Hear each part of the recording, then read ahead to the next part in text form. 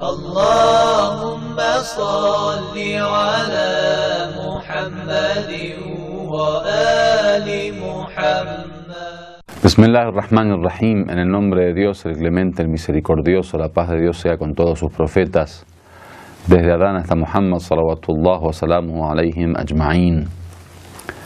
Si recuerdan, en la última clase habíamos hablado del término de wilaya takwiniya, es lo que llaman en árabe la autoridad o la supremacía o la tutoría del universo, la autoridad esta natural y universal que tiene Dios de poder manejar el universo, que obviamente lo hace muchas veces a través de intermediarios o a través de leyes y normas que Él crea para que este universo pueda funcionar perfectamente.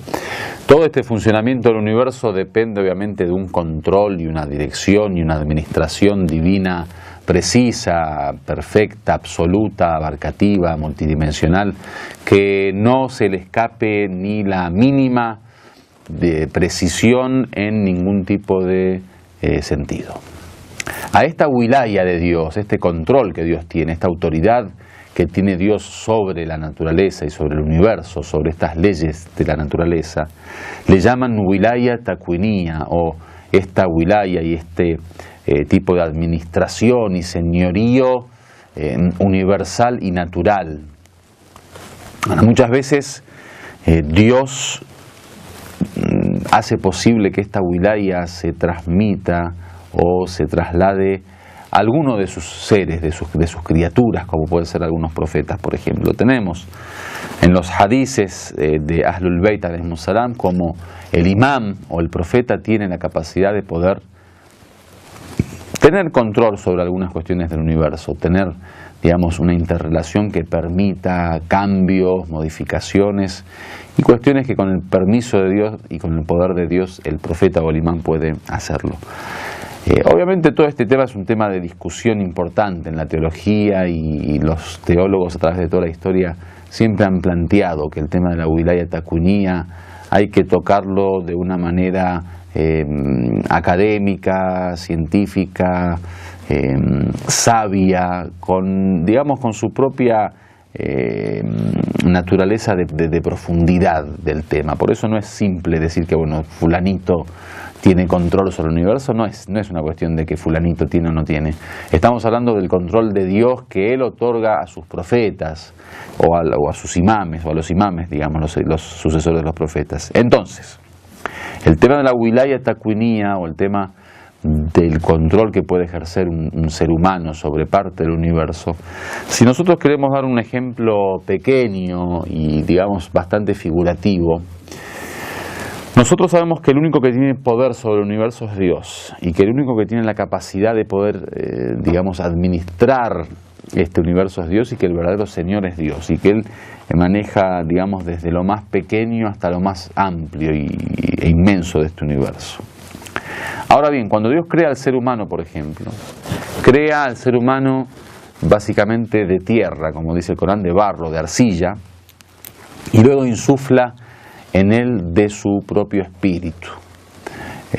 Digamos, el espíritu del ser humano es adjudicado a Dios en el Corán cuando dice وَنَفَخْتُ فِيهِ مِنْ رُوحِي.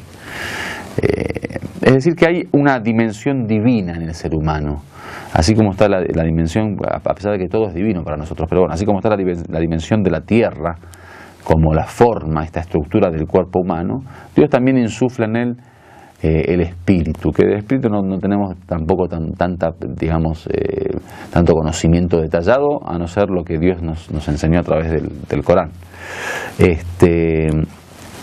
Entonces, de la misma forma que Dios, que es el dueño del universo, también es dueño del ser humano, es dueño de su cuerpo, es dueño de su existencia, del mismo modo que Dios permite que el propio ser humano a través de su propia voluntad y libertad pueda interactuar con su cuerpo y el ruh o este espíritu del ser humano tenga la capacidad de poder mover el cuerpo con su propia voluntad, eso es una especie de wilaya takwiniya, o sea, es una especie de esta autoridad que Dios nos da. O sea, cuando Dios me crea a mí con este cuerpo y Dios permite que yo por propia decisión y con mi poder mueva, por ejemplo, la mano, Ahora mi movimiento de la mano está basado en mi voluntad de querer moverla y en la orden que de alguna manera nace de mi propio ser. Es cierto que el cuerpo pertenece a Dios, es cierto que el ruh pertenece a Dios, que el poder pertenece a Dios, que la existencia pertenece a Dios y que Dios es el dueño y el Señor y el soberano. Pero Dios me permite, me da, me otorga de su poder para que yo a través del poder de mi alma que Él me otorgó, mueva mi mano, por ejemplo, o hable, o escuche, o vea, o haga lo que haga.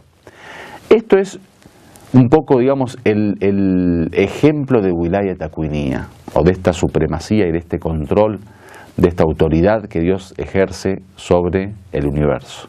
Entonces, esa Wilaya que originalmente le pertenece a Dios, de forma independiente, o sea, Dios independiente con su Wilaya independiente, Dios me da parte de esa Wilaya a mí, para que yo la utilice, por ejemplo, en este caso, para poder moverme y poder actuar en esta vida.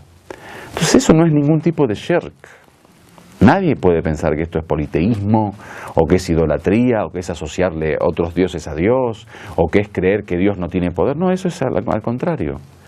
Porque soy monoteísta, creo que el poder que yo tengo me lo dio Dios. Mi poder no es independiente, depende de la anuencia de Dios, depende del permiso de Dios. Y eso no tiene ningún tipo de problema. ¿Cuál es el problema de que Dios me permita a mí utilizar su poder en el control de mi cuerpo, por ejemplo? Cuando yo quiero como, cuando yo quiero duermo, cuando yo quiero bebo, cuando yo quiero camino, cuando yo quiero me siento, descanso. ¿Cuál es el problema?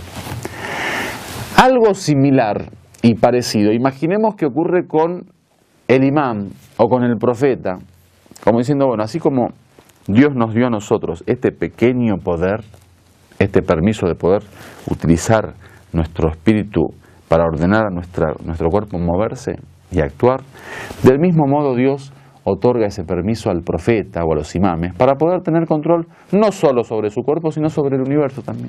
¿Cuál es el problema? O sea, si uno habla del poder de Dios y que Dios es el ser independiente y soberano, ¿cuál es el problema que Dios otorga?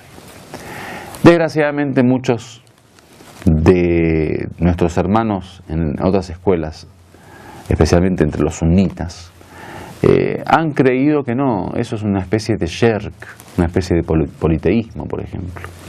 Creer que los profetas, los imames tenían Wilaya Takwiniyya, tenían este poder y este control sobre el universo, o esta autoridad sobre el universo, es como creer que eran dioses. Eso no es correcto. Ningún Shia, por ejemplo, ningún seguidor de Ahlul Bayt cree que el imam Ali, por ejemplo, es Dios, en absoluto.